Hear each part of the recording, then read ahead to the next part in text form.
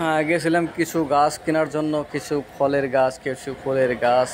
তো যাই হোক, এখানে দেখলাম পেয়ারার গাছ, কারণ ছোটো ছোটো পেয়ারা অনেক কলি আসছে, পেয়ারাগুলো দেখতে সুন্দর। আর একটি আমের চারা দেখলাম, আম দুটি ধরে রয়েছে, ঝুলে আছে। তো দুটি আম ঝোলার কারণে দামটা বেশি চায়, যার কারণে করতে পারলাম না। পরে যাই হোক, পেয়ারা গাছটা করলাম, সংগ্রহ করলাম। আর নিলাম একটা বড়ই চারা আর একটি লাউয়ের চারা, ছোটো লাউয়ের চারা সাইডে লাগামু, কারণ আমাদের এখানে গেস্ট হাউসের পাশে একটু সুন্দর জায়গা আছে। আর কিছু মরিচের চারা।